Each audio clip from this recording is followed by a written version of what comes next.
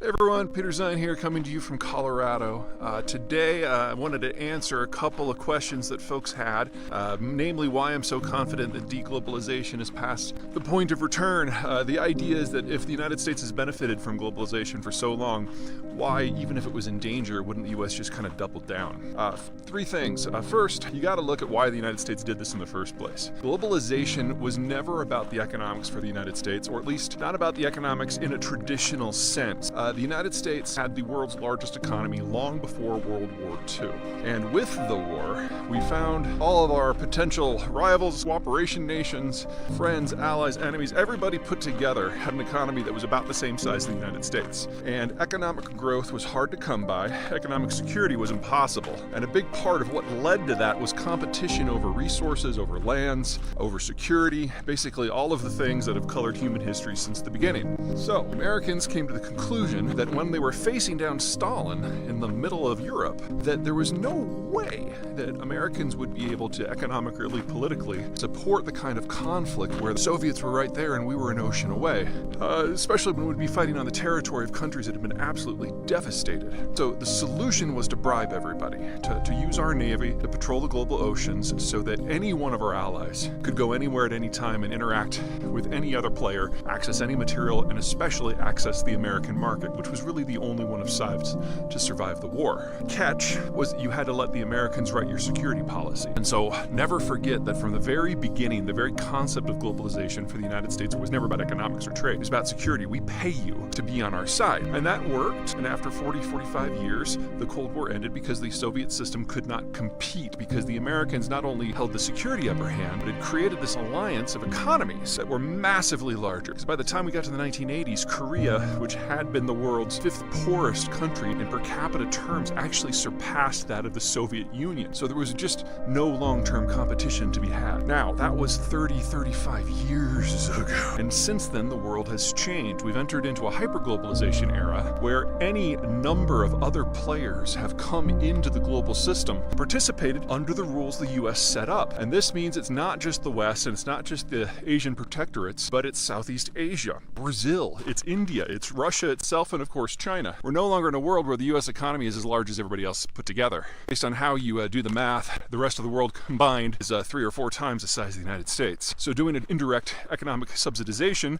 as the US had for 45 years, became less and less tenable over the next 30. And we're now in an environment where some of these countries, China for the most part, are so overextended and so dependent on globalization that the only way they can survive is as the United States increases support, not decreases. Their demographics mean they have no market. Their lack of military reach means they can't get energy. And their dependence on the Russians means that the country that is most likely to use economics, especially raw material supply, in order to achieve geopolitical concessions, is now their single largest partner. Newsflash, that's not going to end well. Okay, so that's kind of piece one. The idea of globalization is no longer benefiting the United States because we've never viewed it the same way as everyone else. But there's a couple other reasons to think of. First, American politics. During the Cold War, we had a pretty strong bipartisan foreign policy. Remember that American foreign policy is a reflection of its domestic policy, and every generation or two, Americans go through and kind of refabricate what their parties mean. This is part of the side effect of having a first-past-the-post single-member district system, which is a fancy way of saying that you vote for a candidate who's going to represent a specific geographic area, and they have to get more votes than whoever comes in second. So the parties have a vested interest in throwing as wide of a net as possible so they can get that extra marginal vote. Well, every few decades, politics shifts because demographics change and economics change and security changes. And if you think about what we've been through in the last 35 years, the Cold War has ended, hyperglobalization has risen, hyperglobalization has fallen. The baby boomers were in their prime, the baby boomers are now retiring. We've had the information revolution, we've had social media. Of course we're gonna handle our politics different. And when you do that, the factions that make up the parties move around. Remember, big net, big tent parties. That means they've got lots of factions that are always struggling for dominance and influence. When politics shifts, those factional alliances don't make sense anymore, and so they have to evolve. And the politics don't just rise and fall within the big tent party.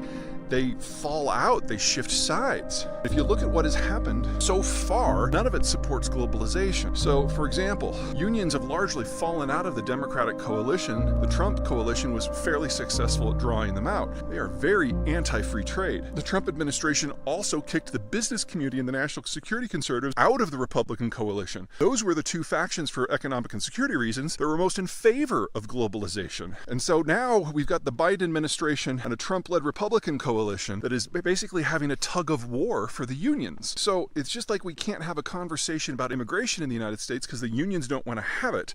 No one in Washington wants to talk about globalization in a positive light because the unions are at stake in terms of which political alignment they're going to take.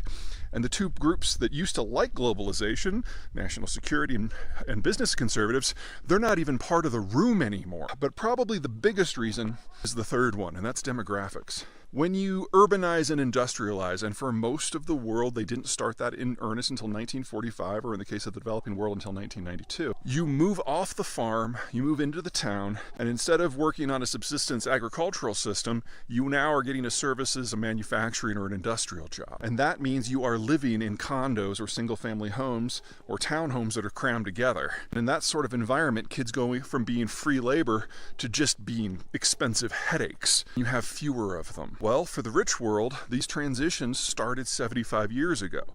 For the developing world, they started 40 years ago. You play that forward and the world is literally running out of people aged 20 and under, and has for 20 years now, which means now most of the world is running out of people 40 and under. Well, the whole idea of trade, the whole idea of globalization is someone has to buy this stuff. Trade makes no sense if there's nobody on the other end of the sale. And we are now entering a world where the people who traditionally have done most of the consuming, people 45 and under, the folks who are having kids and buying homes and cars, just don't exist in the necessary numbers to sustain the system. You've undoubtedly heard from me about how the Chinese and the Russians are the two fastest aging societies in human history, but the Germans aren't far behind, and the Koreans behind that, and the Indonesians, the Indians, and the Brazilians are actually aging faster than what most of the developing world has done for the last 70 years. And you only have to fast forward to about 2040, 2045, before the average American is younger than the average Brazilian, and 10 years after that, younger than the average Indian, Indonesian, or Mexican. So we no longer have the security parameters to make this work because the Americans aren't interested. We no longer have the economic basis to make this work because we don't have enough young people to consume, and the Americans are taking a political moment for themselves that's going to last a few more years in order to digest whatever is going to happen with the unions, and that, howdy neighbor, and that is more than enough time to kill any remnants of the globalized system. What would need to happen if the United States really wanted to get back in this game is some sort of security scare that scares us more than the rest of the world, where we feel we need to pay for a new alliance. The Ukraine war is not that. If you look at what the Biden administration has done, all the deals that are on the table are on security. There's not a single guns for butter trade. In fact, every single trade war, every single tariff that the Trump administration put into place, the Biden administration has doubled and tripled down on, except for one. There has been a deal over aerospace with the Europeans, but that's it. If anything, the Biden administration is far more anti-globalization than the Trump administration was, or at a minimum, it's actually putting into long-term policy. So even if the next president happens to be a strong globalist, they're going to have to unwind 8 years of anti-globalization sentiment that is now hardwired into American policy, and another 8 years under Obama of just complete strategic apathy. You're not going to do that in 4 years. So we are talking best case scenario. If you want to be involved in a globalized system, another 6 years before the Americans might belly up back to the table. By then, China will be gone. Until next time.